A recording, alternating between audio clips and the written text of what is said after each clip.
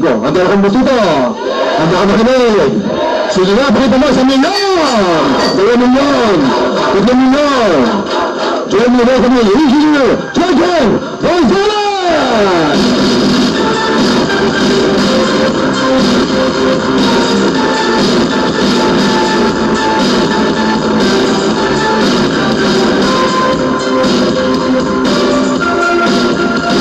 Palakpakan naman natin. Training Director, Mr. Arnel Limpin.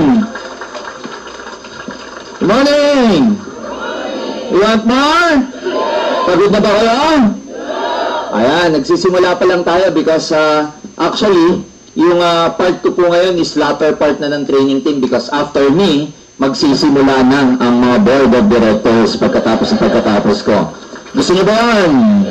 So, tuloy-tuloy, anyway, ladies and gentlemen, kaya natin kinoconduct yung ganitong trainings for the, of course, further education ng mga distributors. Pag sinabing further education, para lalong dumami yung kaalaman. Gusto niyo ba yun? Of course, kasi importante yung knowledge, yung information, because later on, lalo na pag long-term ang tingin nyo sa in-global, well, dapat yung present knowledge nyo ngayon, mas lumalalim pa. Kasi ultimately, ang size po ng grupo ninyo, ang magdedetermine yan, kung gaano kalalim ang nalalaman ninyo.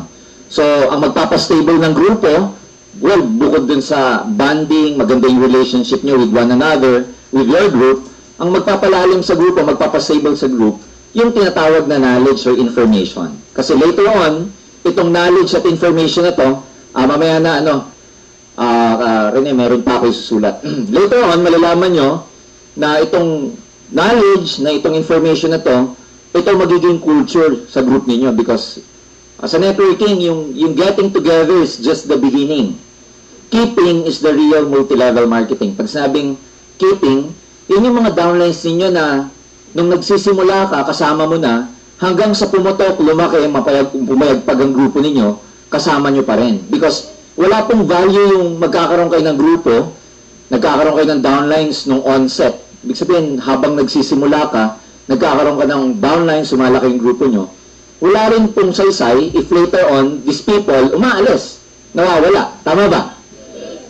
Kasi, pag nag-add pero may subtraction, nagka-cancel out lang. So, importante yung nadadagdagan at lumalaki yung grupo. Kasi, ultimately, ang goal natin dito, ano ba? Kumita. Tama ba? Bakit natin gustong kumita? In other words, gusto natin yumaman.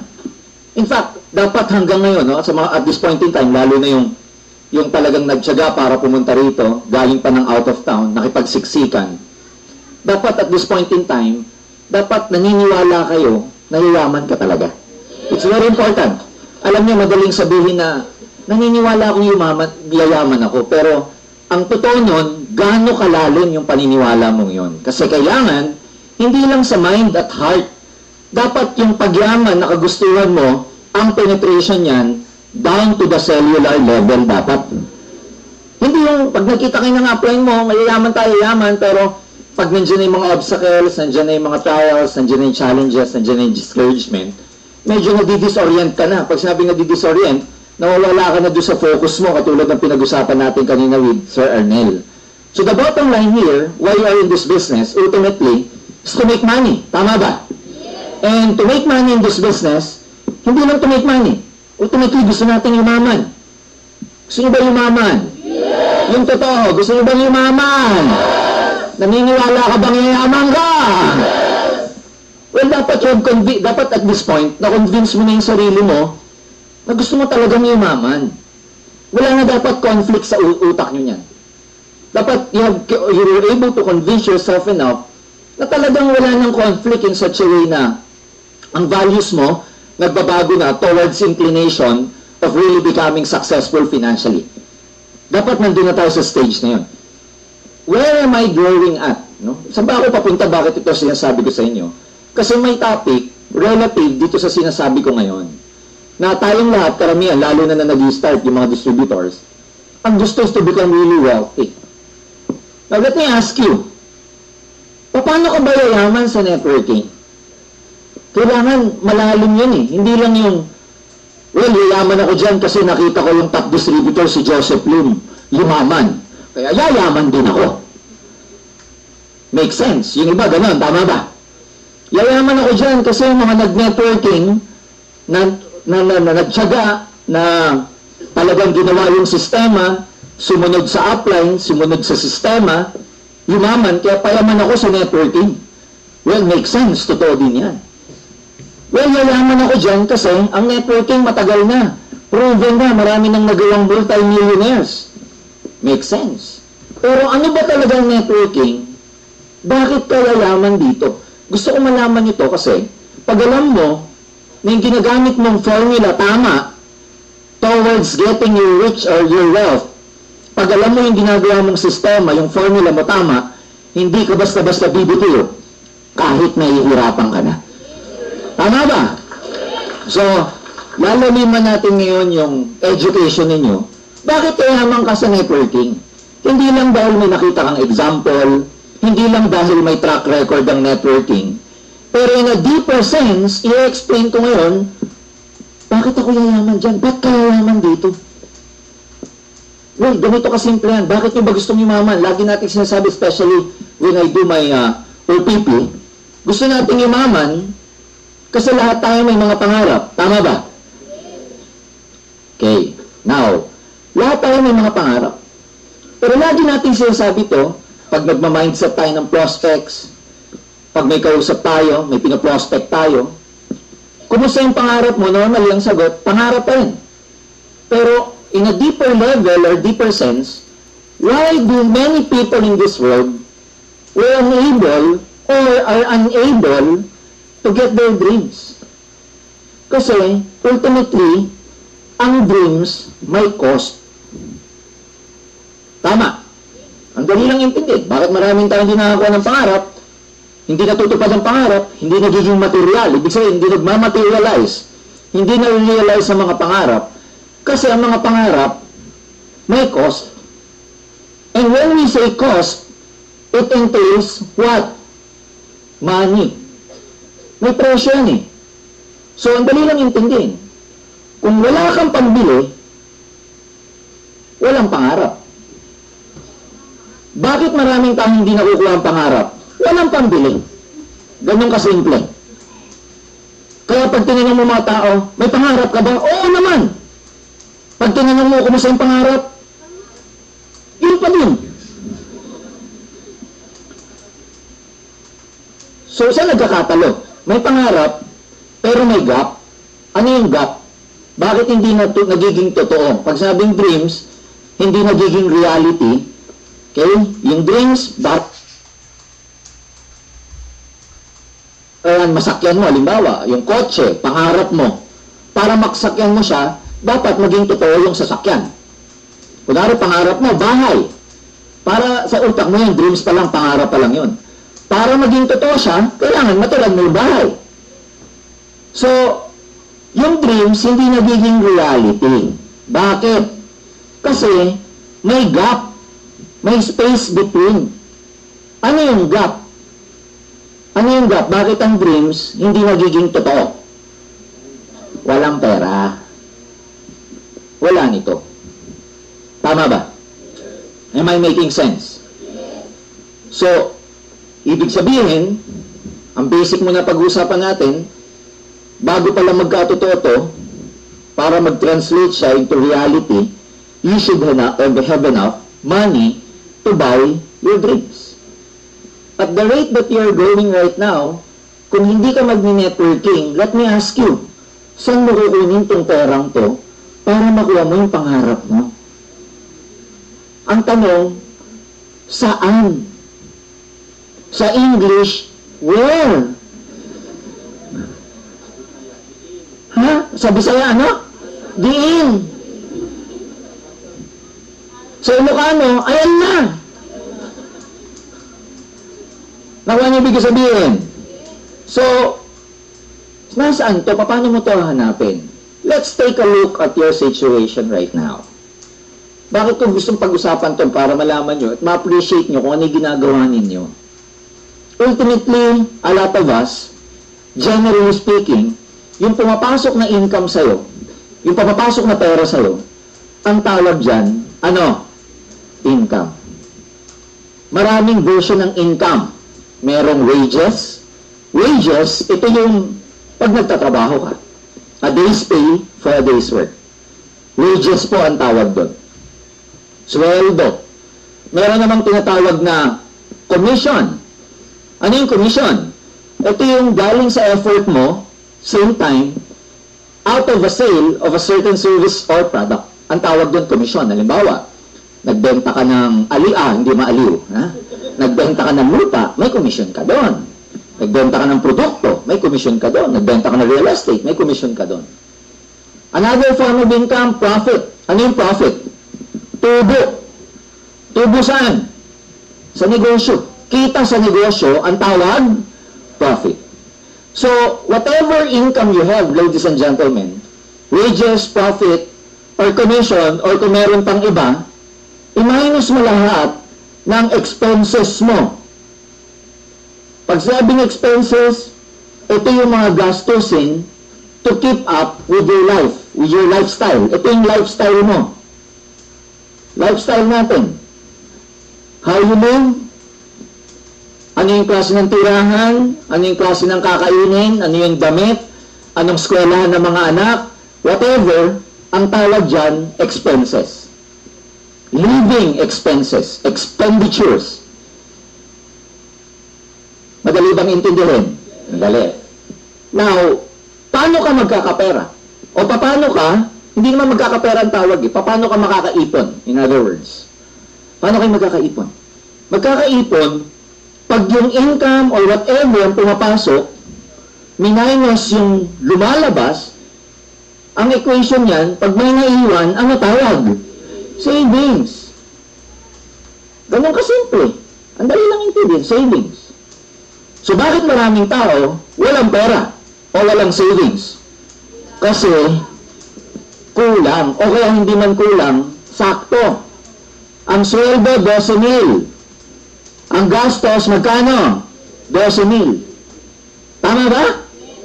Kasi, kung ano yung pumapasok sa'yo, doon mo din binabagay yung lifestyle mo. Kung narin pumapasok sa'yo, 12,000, ang buhay mo, pang 12,000 lang. Hindi ka pwedeng mag-condo ng 20,000 a month. Sweldo mo, 12,000. Hindi ka pwedeng araw-araw mag-fine dining sa Shangri-La. 12,000 sweldo mo eh. Nakuha niyo ba? So the kind of lifestyle, the kind of the food, the kind of the things, the kind of lifestyle, everything. Dwelling place mo, kinakain mo, tuition ng mga bata, baon, etc. Lahat, binabago mo lang sa pumapasok. Hindi mo pwedeng sobrahan. Pero may ganitong cases. Kahit na ibagay mo yung lifestyle mo dun sa income, wala kang magawa. Lumalagpas talaga yung expenses. Tama ba? Kasi merong tinatawag na inflation. Ano po yung inflation? Pagtaas ng mga bilihin. Ano mas mabilis tumaas? Sweldo, gastos. Bago tumaas ang sweldo, gastos mo na tumataas. Tama ba? Makikita niyo sa simple economics, mas maraming naghahabol ng pagtaas ng aumento across the board, pagtaas ng minimum wage, pagkatapos ng pagtaas ng maraming bilihin. Lagi siyang kasunod. Pero hindi na una na tumaas mo na sweldo bago bilihin. Am I making sense? So, ano nangyayari? Mas lumalaki ngayon yung expenses kesa sa income. O pag lumaki yung expenses mo sa income, ano maiiwan dito? Wala. May utang ka pa. O, kaya maraming tao, including a lot of people here, they don't want to dream anymore. Hindi na nangangarap. O nangangarap man, pero at the back of their mind, alam na nila na hindi nila makukuha yung pangarap nila. Because, sasabihin lang nila sarili nila, niloloko ko lang ang sarili ko.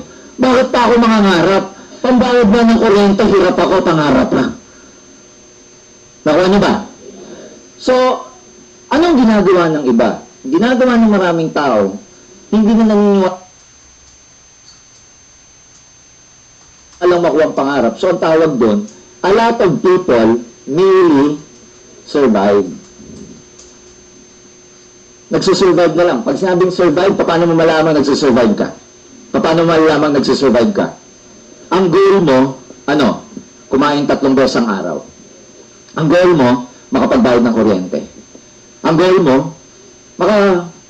maipasok ang mga anak sa kahit paano matino-tinong eskwelahan. Malalaman mo nagsusurvive ka pag ikaw, ang gusto mo lang mairaos yung mga payables mo. You don't care kung magkaka-savings ka o wala. Basta ang importante sa'yo, makaraos lang. Yun ang survival. Malalaman mo nagsusurvive ka pag, you're not motivated by your dreams anymore. Ang motivation mo na sa survival, yung instinct ba na makaraos lang, maka-get by. Yun yung tinatawag na to just meet yung both ends meet.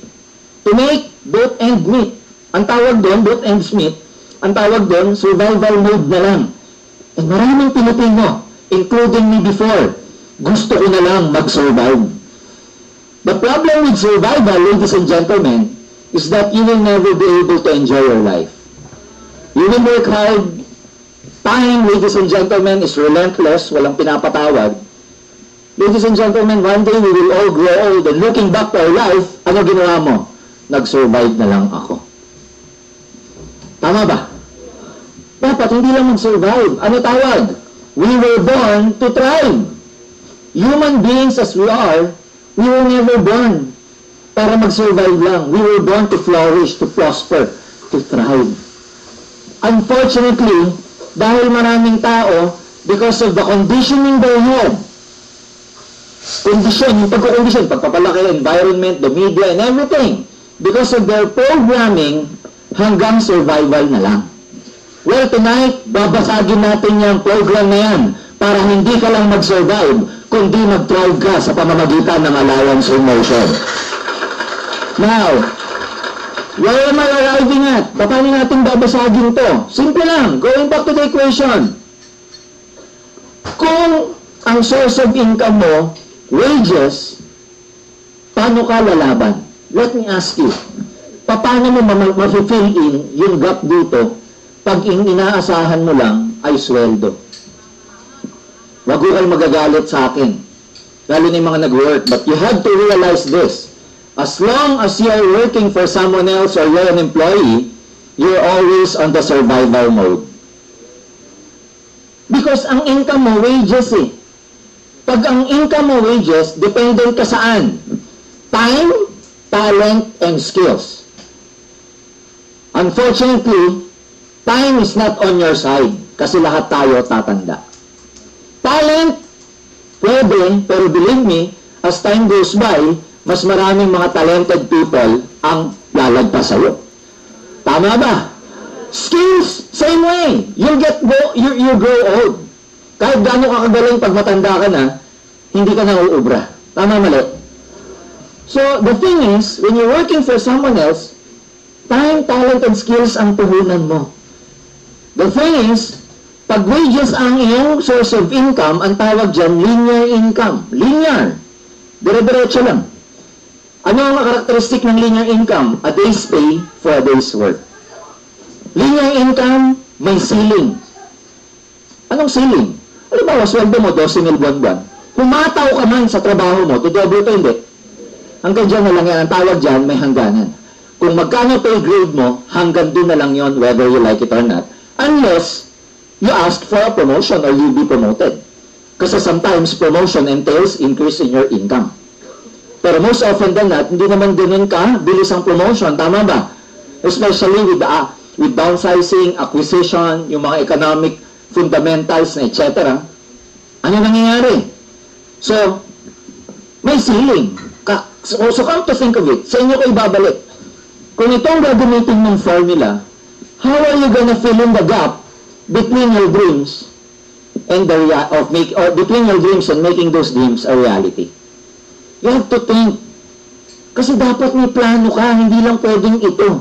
Kasi pag ito lang ang plano mo, uulitin ko, hindi enough ang wages to fill in the gap between making your dreams come true. Naiintindihan niyo ba nila? Ang income, dalawa karakteristik.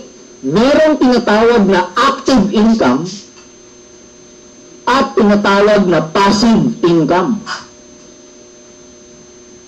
Ang active, ito yung, parang wages, parang komisyon. Na kaya ka kumikita, kasi active ka, tinatrabaho mo, kaya ka kumikita. Well, let me tell you one secret of the rich people. Ano nangyari sa mga mayayaman? Ganito ko yan, yung mga mayayaman, bakit sila mayayaman? Kasi, they have enough money, kaya nga ang tawag sa kanila mayaman. Bakit sila umaman? Ito po, makita nila, dumadami savings, diba? Malaki kinikita. Let's say, ang pinagkakakitaan is, which is better? Wages or commission? Which is better? Wages or profits? Profits. So, pag malaki income mo, so sobrang laki niya. Halimbawa, kumikita ka ng kalahating milyon buwan-buwan. Malaki ba to? Pag minus mo expenses, may iiwan wala? Ano tawag sa may iwan? Bigyan natin example. Kumikita ka ng kalahating milyon. Minus mo expenses mo, 100,000. Magkano savings mo? 400,000. Every month, for the next 10 months, magkano yan? Ano gagawin mo sa 4 na milyon? Saan mo gagawin? Ano gagawin mo sa 4 na milyon? Investments. Lalagay mo saan? Pwedeng real estate, stocks, bonds, mutual funds, equity, etc. So, yung money, by nature, nagmumultiply siya. Yung iba, ang ginagawa dito sa pera na to, nag-a-acquire pa sila ng ibang negosyo. May negosyo na sila, kumikita na ng ganito, ginagamit pa nila yung pera nila para mag-expand ng iba pang negosyo. So, ano nangyayari sa pera nila? Lumalaki. Kasi money makes, pero money begets money. Pag may pera ka, lalo ka magkakapera. Pero ang phenomenon dyan, pag wala kang pera, lalo ka rin nawawala ng pera. Tama ba? So, parang ang dali lang intindihin, but the problem is, saan ka kikita ng ganito kalaking pera? Kasi ang formula, ang dali lang, magparami ng savings, kumita ng kumita, pag marami ka ng pera, ang dami mong pwedeng paglagyan ng investments mo para lumago palalo yung pera mo. You know, let me just share with you bakit ko gustong yumaman. O mayaman na ako pero bakit gusto ko pang magpayaman. Bakit? Simple lang. Kasi gusto ko, pagtanda ko, kahit hindi na ako nagtatrabaho, kumikita pa ako. Masarap ba yan? Gusto ko, pagtanda ko, I have enough money to help a lot of people. Gusto ko, pagtanda ko, I have enough money to enjoy my life. Makapag-travel. Pag nagkasakit ako, sa St. Luke's ako, sa mga mamahaling ospital, hindi sa barangay hindi sa barangay health center. Gusto ko yumaman, bakit? Because I want to enjoy my lifestyle. Gusto ko yumaman because I want to go to places. Gusto ko yumaman because mas marami akong matutulungan pag meron akong kakayahang tumulong. Paano ka tutulong pag wala kang kakayahang tumulong? You know what I'm saying? Gusto ko maging mayaman para, I could live in a good house even if I'm old already. I can support my children very well. I can send them to the best schools in the Philippines. In other words, I can do a lot of things and I have many options and choices pag mayaman ako. Ewan ko anong dahilan nyo, ba't nyo gustong yumaman, pero ako, ganun ang dahilan ko. Unfortunately, yung sinabi ko kanina, na darating ka sa point na yung kinikita mo, kahit hindi ka na nagtatrabaho, kumikita ka pa rin, ano tawag doon? Active o passive? Active o passive? Yung ba tipong matanda ka na, 75 years old ka na, o 80 ka na, o 60, kumikita ka pa rin. Gusto niyo yan? Na kahit hindi ka nagtatrabaho, kumikita ka. Gusto niyo nun? Ano tawag sa income na yun? Passive income. Ano ba mga passive income? Halimbawa, interest ng pera mo sa bangko, passive income yun. Kunwari, yung dividendo mo sa stocks, passive income yun. Kunwari, yung kita mo sa foreign exchange, passive income yun. Kunwari, may $20 apartment ka, passive income yun. Kunwari, meron kang lending house, passive income yun. Kunwari, meron kang real estate, mortgages, meron kang equity, may mga investments ka, ang tawag doon, passive income. Ang tanong, paano kayo gagawa ng passive income kung hanggang ngayon nakatali ka sa trabaho mo? Ang trabaho, active income yan, which means if you stop working, tapos na rin ang kita mo. I have good news for you, ladies and gentlemen. Kasi may choice ka na. Here comes Alliance in Motion Global. Maliwanag ba? Ang dali lang intindihin. Kaya, pag tinanong kita next time, bakit ako yayaman sa In-Global? Hindi lang ang sagot mo, kasi si Joseph Lim yumaman. Hindi na, may mas malalim na sagot ka na. Yayaman ako sa In-Global kasi ang ginagawa ko dyan, passive income ang tinatrabaho ko sa In-Global. Pag tinanong ka ng kaibigan mo, anong passive income? Sabihin mo sa kanya, basta. Mamatay kang dukha. Biro lang. Nakuha niyo ibig ko sabihin? So, what's gonna happen? Okay? What's gonna happen? What will happen is that pag lumalaki ng savings mo, nagkakaroon ka ng maraming instrument, nagkakaroon ng maraming savings, nagkakaroon ka ng pera, nakukuha mo na yung mga pangarap. So, ang tinatrabaho niyo dito, passive. And one of the most important passive income, yung tinatawag na residual income. What is residual income? It's an income that you make even after the work has been finished. Pag sabi residual income, natutulog ka na, kumikita ka pa. Paano mo malalamang may residual income ka? Eksperimentuhan mo. Mamayang gabi pagtulog mo. Dapat paggising mo bukas, mas mayaman ka bago nung natulog ka. Tama ba? Ano ibig sabihin? Halimbawa, bago ka natulog, ang pera mo, net worth mo, 10,000. Pag sabing net worth, yan yung kayamanan mo. Paggising mo, naging 12,000, wala kang ginawa, natulog ka, yung 2,000, ano tawag doon? Residual income yon. Ano gagawin ko para magkaroon ako ng residual income? Diyan pumapasok ang network marketing. Kasi ang networking or Alliance in Motion Global, ang ino-offer namin sa inyo ay walang iba kundi residual income. Paano residual income? Darating po ang panahon dito na kahit hindi ka na nagtatrabaho, hindi ka na nag-network, hindi ka na active, hindi ka na nagre-recruit, kumikita ka pa rin. Passive o active. Ang tawag doon, residual income. Gusto niyo ba yan? Gusto niyo ba yan? Na ano gagawin mo para magkaroon ka ng residual income dito? Ang gagawin mo para magkaroon ka ng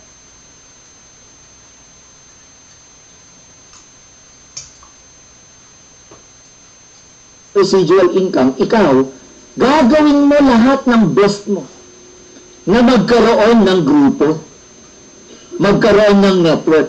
Kaya nga kayo pinagre-recruit eh. Tama ba?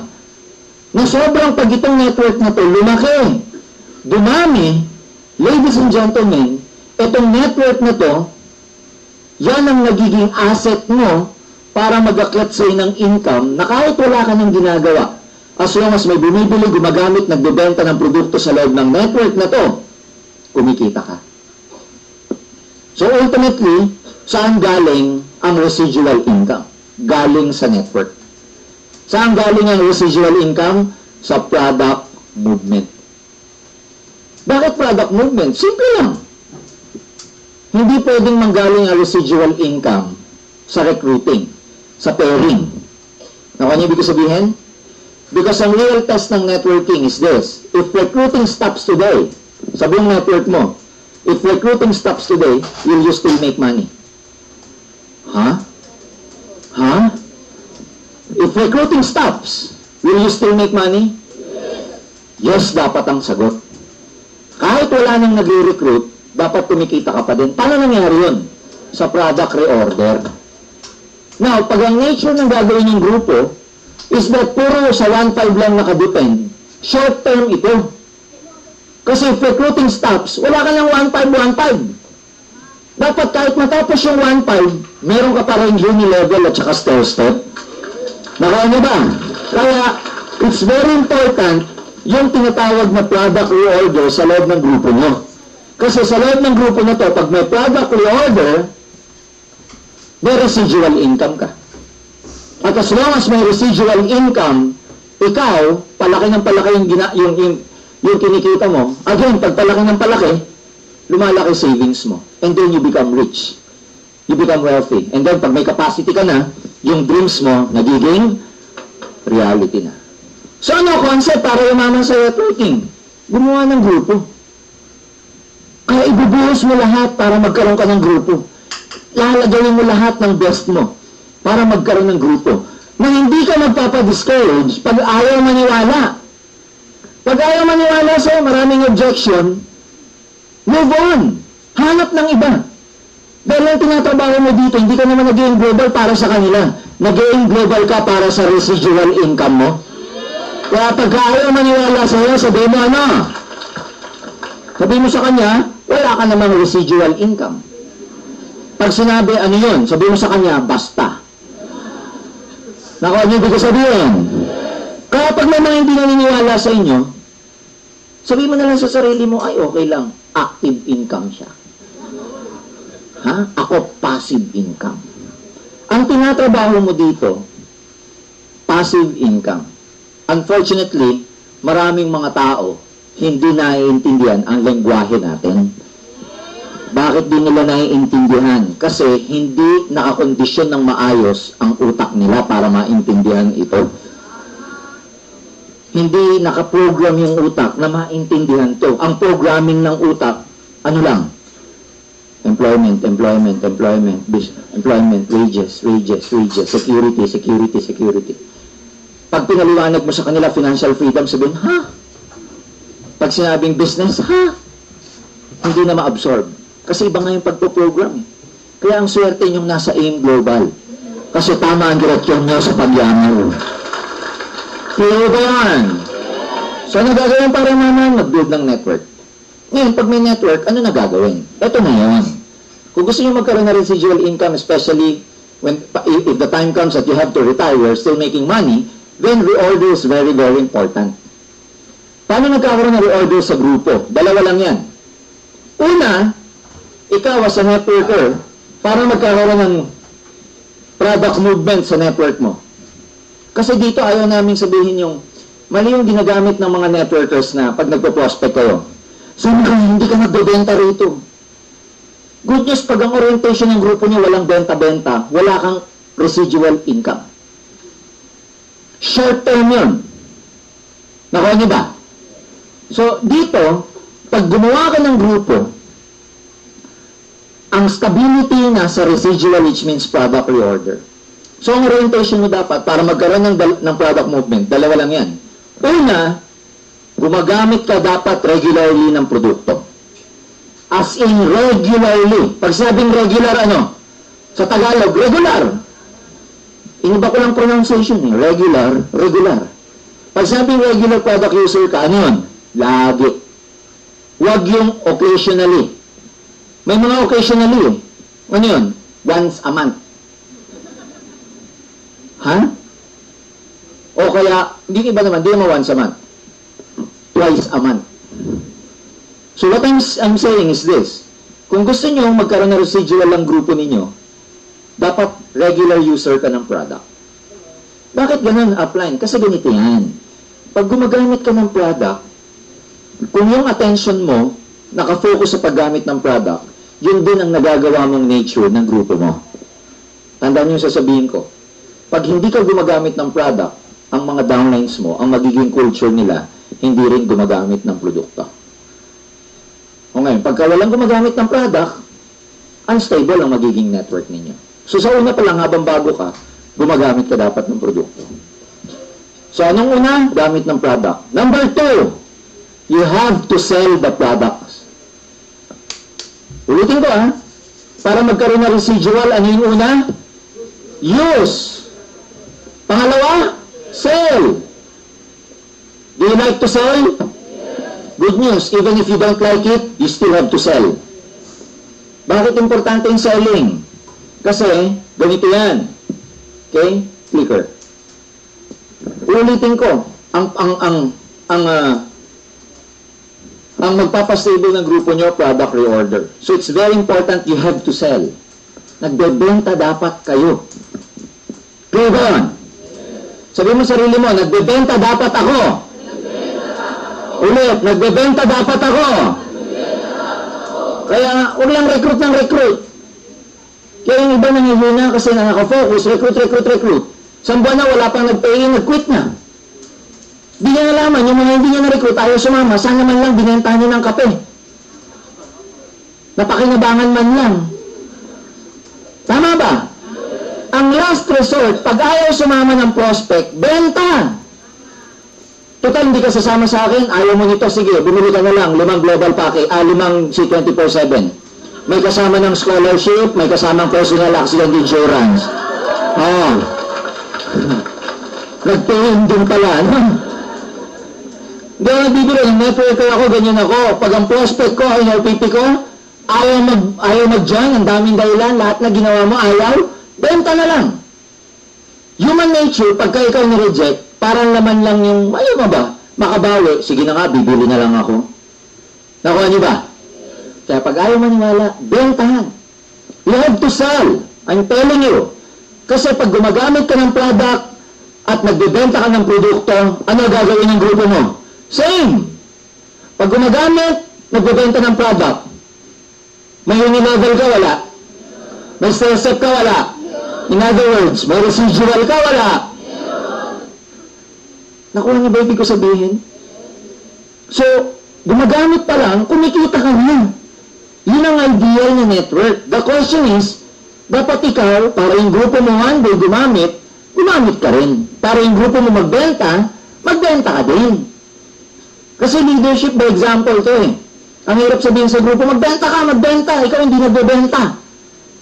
Hindi ka susundin. Nakuha niyo ba? So, paano magbenta? Ito yung mga points. Okay? Una, bago ako dumating dyan, bakit importante pa bukod din sa residual income yung pagbebenta? Kasi ang promotion nyo sa ating stair-step, ang promotion ninyo saan manggagaling? Sa points ng product. Tama ba? Naalala niyo hagdanan? Oo. Kailan ka magiging MSE? 10 points. Saan galing yung points? Sa product reorder. Hindi ka mapopromote dito pag wala kang inatupag kundi 1.5. Ang dami kong kilala. Ang lakas mag 1.5 pero SE pa rin. Ibig sabihin, neglect yun. Product movement. Nakuha niyo ba? Hindi ka tulad pag ang orientation ng grupo mo, bumibili, gumagamit, nagbebenta, tumataas ang points mo, napopromote ka. Yun ang isang pakinabang pag nagbebenta kayo. Tumataas ang posisyon mo. Nagets ba nila? O halimbawa ito, 100 points, ang equivalent nito, Gold Executive. Now, kung i-divide niyo into smaller goals, let's say, 10 months, ilang points dapat every month ang nagagawa mo? So, pag ang grupo mo, ang network mo, may 10 points every month, after 10 months, ano ka? Gold Executive ka. Ang dali lang, tama ba? Pero the question is, how are you going to compel these people para bumili, magbenta ng 10 points? So, dapat ikaw, marunong ka dapat magbenta. Kasi tuturuan mo yung mga downline mo, magbenta rin. Pangalawa, ilalagay ko na yung mga points, bakit kailangan magbenta. Bukod sa promotion nyo, karamihan ng ating company promotion, especially for travel incentive, is based on product reorder. Yung Asian trip natin, Hong Kong trip, pati yung US trip, kung pag-aaralan nyo mabuti, naka-base 90% ng requirement ninyo, naka-base sa reorder. Isa sa dapat na ginagawa mo pag gusto mo magpunta sa US, monthly, ikaw, meron ka dapat benta, personal, na 2 points every month for the next 12 months. So, ibibenta mong 2 points, hindi kasama si 24/7. Complete Phyto-Energizer. For example, para magkaroon ka ng 2 points every month, ilang complete ang ibibenta mo? 12 na complete. Bakit 12, sir? 12 times 0.1667 ang points ng CPE or Complete Phyto-Energizer. 12 boxes ng complete is equivalent to 2 points. Yan, pag kayo gusto nyo mag-travel, yan po ang requirement namin. Tanong, paano mo ito magagawa kung hindi ka nagbebenta? Nakuha nyo ba? Naintindihan ba nila? So, importante ba magbenta? Oo. Pag ang discipline mo, 2 points every month. Tapos sa mga downlines mo, ginawa rin yung tig 2 points every month. Madali ka mapopromote o hindi. O di magiging ka magiging global ambassador.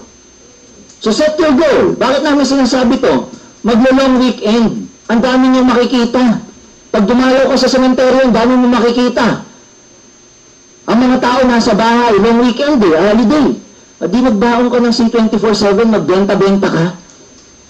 Kasi ulitin ko, bukod sa promotional yan, meron pang points for your requirement for US or whatever trip or incentives we give you. Third benefit, ulitin ko yung tatlong benefit ha. Una, sa promotion, sa marketing plan. Pangalawang benefit ng reorder, dyan nakabase ang travel incentives natin. Pangatlong benefit ng reorder, meron kang 25% commission. Ngayon, pag nagbebenta ka, kumikita ka ba? Nagagamit mo ba itong pang-operational expenses mo? Kaya yung iba, ganito nangyayari. Imbis na kumita daw sa global, abono pa. Kasi pag nagsisimula ka, hindi pa ganun kalaki kinikita mo. So, saan mo kukunin yung pamerienda mo, pamasahe mo, papunta rito? Minsan yung downline mo, ini-impress mo pa, nililibre mo. Saan mo kukunin yung operational expenses na to? Part-time ka sa global, may sweldo ka. Alam nga namang bawasan mo pa yung sweldo mo para lang lumago ka sa negosyo. Kaya nga nagnegosyo para magkaroon ng extra income. So, yung unang kikitain ninyo, yung unang pag-source ng income nyo, walang iba kundi from your commission by selling the product. So, it's very important for you to sell. Na-emphasize ko na ba? Hindi nyo alam yung maliliit na bagay na ginagawa nyo yan, yaan ang magpapayaman sa inyo. So, how do you sell? Number 1. Ayan, i-discuss ko na sa inyo yung importance ng retailing. Why is it important? Because retailing, without retailing, networking or MLM will not last. Pangalawa, ang retailing sa business natin, hindi hard selling. Ano retailing sa atin? Sharing. I-share mo lang yung product. I-share mo lang. Do not neglect this because ulitin ko, manggagaling ang residual income ninyo by selling the products. Can you imagine? Pag nagbebenta ka ng kape, magkano tubo mo? Tubo! Halatang di kayo nagbebenta, 90. O 90, sa dalawang boxes sa isang araw, magkano? 180. O sa isang linggo, 1.8 po yun sa isang linggo.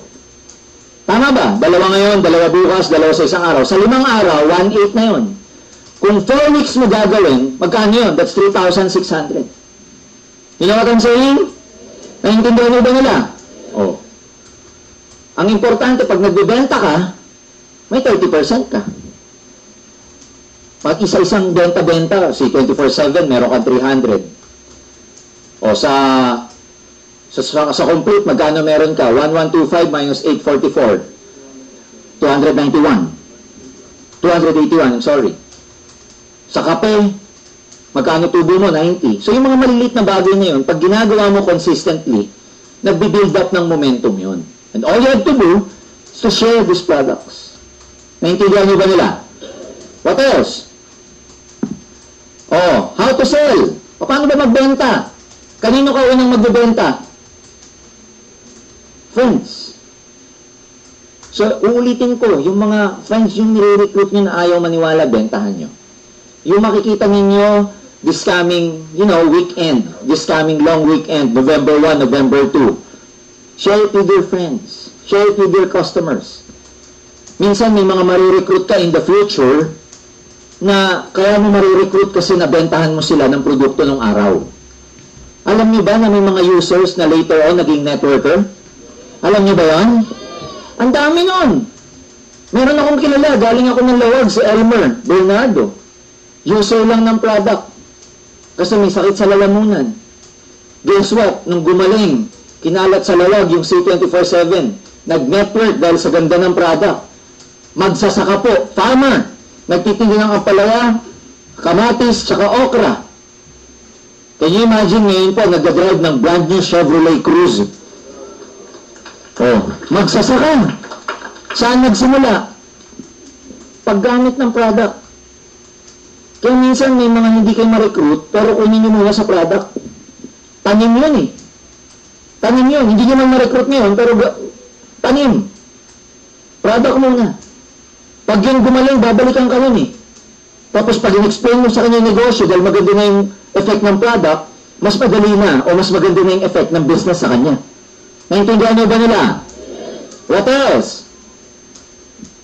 Ask and it will be given. Seek and you shall. Ang mga iba kasi, kaya walang customer, alam mo kung bakit? Hindi naghahanap. Tandaan nyo sa buhay, kung ano yung hinahanap mo, yun ang makikita mo. So, paano kayo magka-customers? Hanap. Ano pa? Dapat may sales aid ka. May products ka for demo. Equip yourself with the tools of the trade. Paano kayo magbebenta? Dapat meron kayong sales kit. Paano kayo magbebenta? Dapat meron kayo ng mga brochure. Paano kayo magbebenta? Dapat meron kayong CD ng product testimonial. Alam niyo ba yan? Paano kayo magbebenta? Dapat meron kayo ng product demo na binibenta natin naka-DVD. Minsan may mabibentahan ka na pare, panoodin mo muna to, maganda yan. Nabalitaan ko yung nanay mo, may diabetes, panoodin mo yan. See? That's already selling. So meaning, you have to equip yourself with the right tool of the trade. Yung tools of the trade, very important. Dapat kumpleto ka. Pangalawa, please maintain inventory.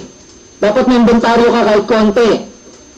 Ang hirap nung may nabentahan ka. May binibentahan ka si 24/7. In-explainan mo. Pinakitaan mo ng brochure. Pinakitaan mo ng mga pictures ng before and after. Kasi may mga ganun tayong pictures, di ba? Ito yung itsura before. Nung gumamit ng product, ang itsura, iba na. May mga ganyang pictures. Binentahan mo, you spend time. Nung nagustuhan ng customer, sige, bigyan mo akong 3 box. Ano sasabihin mo? Wala kang stock. Sige, i-deliver ko sa'yo bukas. Alam niyo, yung gap between saying yes and dun sa bibili sa'yo, a lot of things can happen. Kaya iba ang isang distributor na merong stocks. Pangalawa, iba ang commitment mo pag may product ka. Kasi dahil yung product nakikita mo, obligado kang gawin siyang pera. Kasi product mo eh. Alam nga naman pag may product ka, gawin mo nakatainga, hindi. You will be obliged pag meron kang inventory. Kaya ang isang seryosong networker, may inventaryo siya. Para pag nakikita mo yung inventory, lalakas ang loob mo para mag-share ng produkto. Tignan nyo yung wala mga product na hawak, yan ang number 1 na tamad na hindi nagbebenta ng produkto. Pupusta ako. Pero may mga stock, ang sisipag magbenta niyan. Bakit? Kailangan nilang gawin pera yung stock nila. Sige, eksperimentohan mo. Bumili ka lang isang C24/7. May 1,000 ka, sabi mo sarili mo, bili ko na lang ng C24/7 to, 900. Pag nakikita mo yung C24/7, araw-araw sa bahay nyo, ano gagawin mo? Sayang to. Kailangan mabenta ko to, 900 ko to eh. Makaobliga ka hindi. Yan ang mga paraan, paano magbenta. Kape, ganun na lang. Bili ka ng boxes ng kape. Kasi pag may boxes ka ng kape, pwede ka magbenta ng patingi-tingi. Tama ba? Ang hirap naman nung meron kang binintang, bumili ng sachet, bibili mo pa dito sa opisina. O kaya tatawagan mo pa si upline, may sachet ka ba dyan? Yes, nakabenta ako, upline. Tingin mo nga, upline mo, ilan? Isa. Meron ako isa. So dapat may stock kayo. Tama ba? Huwag kayong matakot na yung stocks nasa inyo. Kasi ang isang networker, pag may stock siya, it is as good as pera. It is as good as money pag may stocks ka. Clear mo ba yun? What else? Emphasize our products are natural and effective. Well, kinukwento na natin yan pag umattend kayo ng product demo. This is very important when you're trying to sell the products kasi ang appeal ng produkto natin, nasaan? Nasa pagiging natural and effective. Especially ngayon, ang mga tao, more of health conscious, especially, dun sa mga, ang gusto nilang i-take, more of natural rather than artificial or synthetic or chemical. Well, ang goal nyo dapat may goal ka eh. Naalala nyo yung sinabi ni Sir Arnel kanina, may goals dapat tayo? Ilan dapat ang customers mo na i-build? Kasi dito, magbibuild ka ng dalawang grupo. Group ng networkers, tsaka group ng users. May goal din dapat kayong mag-build ng users. Ilan ang users na i-build mo? Dapat maka-build ka at least 20 users. I'm sorry, at least 10 users. 10 to 20 users. Na itong 10 to 20 users na to, ano ginagawa? Regularly, bumibili sa'yo ng product. Yung bang tipong nagre-replenish ka? Yung bang tipong dahil nagustuhan niya yung C24/7, every month, bumibili siya sa'yo ng isa? Yung bang tipong nagustuhan niya yung My Choco, bumibili siya ng isang box every month? Dapat may minimum na 10 kang ganon. Ano yung effect nito? Pag ikaw may 10 customers na ganon, ituturo mo sa grupo mo, hindi. Pag lahat ng grupo mo may 10 to 20 customers, may points ka, wala? May overriding ka, wala? May unilevel ka, wala? Residualing ka mo, hindi. So, saan ang gagaling ang residual? Sa customers. Paano pa magbenta? Mag-conduct kayo ng home party. Alam niyo yung home party? Yung magagather sa bahay, kapitbahay. Puntayin nyo sa bahay nyo, 5 hanggang 10 tao, magdidemo ka sa harap nila. O pag nagustuhan, bili. Ang tawag dun, home party or house meeting. Kunwari, may downline kang bago. O turungan mo siya mag-organize. Sabi mo sa kanya, this coming Saturday, mag-ipon ka ng 10 hanggang 5 hanggang 10 tao. Pupunta ako sa bahay nyo. Pagpunta mo sa bahay nila, magdidemo ka at saka mag-OPP. More often than not, yung mga tao sa home party, bumibili ng product. Naintindihan ba nila? Tuturuan kayo ng mga sponsors nyo paano mag-conduct ng effective home party. But it's a must na nag-home party kayo. Ano pa? Promote product testimonials. I-promote nyo po yung mga product testimonials natin. Ito yung nasabi ko kanina, may CD kayo, may brochure, may before and after ng mga pictures, etc. Okay? What else? Ayan, how to close the sale. Pagka may binentahan kayo, very important na nako-close nyo yung benta. Paano nyo mako-close? Always ask for orders, especially in home party. Ang daming distributor nagtatanong sa akin, Sir, pag nag-home party ka ba, ano gagawin mo para magkabenta? Siyempre, tatanungin mo sa kanila, ano bibiling mo? Ano nagustuhan mo, ma'am? Huwag yung pagkatapos mo ng home party, wala lang. Thank you po, good morning, God bless. Pagkatapos mo mag-home party, di ba, konti, may kainan, etc. Magtanong ka pa isa-isa. Ano po yung nagustuhan nyo? Ano po yung gusto nyong subukan produkto? Sasabihin, ang mahal eh. Pwede po kayong bumili ng tingi-tingi kasi nakabanig po ito sa loob. Especially yung C24/7. Ang mahal ng kape. Tita, pwede pong sachet muna. Ang mahal ng Colidus eh. Tita, isang banig muna bilhin mo. Kahit wag yung blister back. Tandaan nyo, nakadesign yung produkto natin for retailing. Kaya nga hindi siya nakabote. Nakuha nyo ba? What else? Pag nagbibenta kayo, how to close the sale, i-explain nyo rin yung healing manifestation. Do not exaggerate the products. Minsan may mga healing manifestation yung product natin. Tama ba? Yung bang tipong may arthritis siya sa kanan, pag inom nyo ng C24/7, napunta sa kaliwa. I-explain mo yun. Yung mga ubo ng ubo, yung uminom ng C24/7, lalong umubo. Kasi, ano ginagawa? Nilalabas pala yung toxin. Nakuha nyo ba? Pag uminom mo sa 24/7, didilaw yung ihi mo, inom ka ng inom ng tubig, dilaw pa rin. Tama ba? O, explain nyo yun. Do not exaggerate. Huwag kayong mag-overclaim. Naku, pag ginamit mo, bukas magaling ka na. Stage 4 cancer, naku, kaya nito. Huwag kayong mag-aganon, ha? Huwag nyo sasabihin, naku, i-drop nyo na yung bigay ng mga doktor. Ito na lang ho, inumin nyo. Huwag ganon. Nakuha nyo ba? What else? Offer to deliver the products to their home. Siyempre, pag may customer kayo na gustong bumili, kayo na mag-i-initiate na i-deliver yung produkto sa bahay nila. Do not forget to say thank you pag may order. Because people, they feel good every time they hear the word, thank you. Keep a personal record for each customer. Dapat may record kayo ng customer. Bakit? Kasi para ma-monitor nyo yung next na follow-up nyo, kasi alam mo, ubus na yung produkto niya. Kunwari, bumili ng C24/7, alam mo na 30 capsules lang yon. Pag ang recommendation mo sa kanya, twice a day, ilang days niya lang uubusin yung C24? 15. O on the 15th day, ano gagawin mo? Ma'am, sir, ubus na po yung C24 ninyo. Gusto niyo po ba mag-deliver ako dyan? Anyway, dadaan po ako sa gawin niyan tomorrow. dalhin ko na rin yung C24/7 nyo. Kaya dapat meron kang record. Bakit? Kasi mag-maintain ka ng 10 to 20 customers. Maliwanag po ba? Last, ladies and gentlemen, just some points in selling. Sell products based on customers' need. Alamin nyo muna kung ano yung need ng mga customers ninyo bago nyo bentahan. What else? Do not exaggerate. Nabanggit na natin yan kanina. Do not put down products of other companies. Hindi magandang way or method of selling yung pag kayo nagbebenta, sinisiraan nyo yung ibang product or company. Remember, karamihan ng mga kakompetensya natin, natural din. Tama ba? Pag sinabi mo hindi maganda, hindi parang sinabi mo hindi rin maganda yung atin. Ang tamang pagbebenta, hindi sa paninira, kundi sa pag-highlight kung ano benefit ng produkto natin. Mas bibili pa customers na sa inyo. Of course, love our products. Do you love our products? And don't undercut established product prices. No undercutting of price. Ang suggested retail price ng C24, 1.2. Tama ba? Ang distributor price, 900. Yung iba, kinuha ng 900, binibenta ng 600. Tama ba? Ang tawag din negosyo, charity.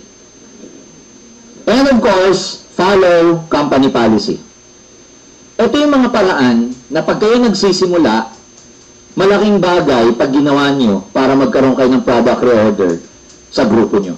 And like what I've said earlier, ang magpapa-establish, magpapa-stable ng grupo nyo, walang iba kundi product reorder kasi dun galing ang residual income. At ang residual income, yun yung type ng income na wala ka nang ginagawa, kumikita ka pa rin. Gusto niyo ba yan? Gusto niyo ba yan? Ayan, so my part, ladies and gentlemen, has ended.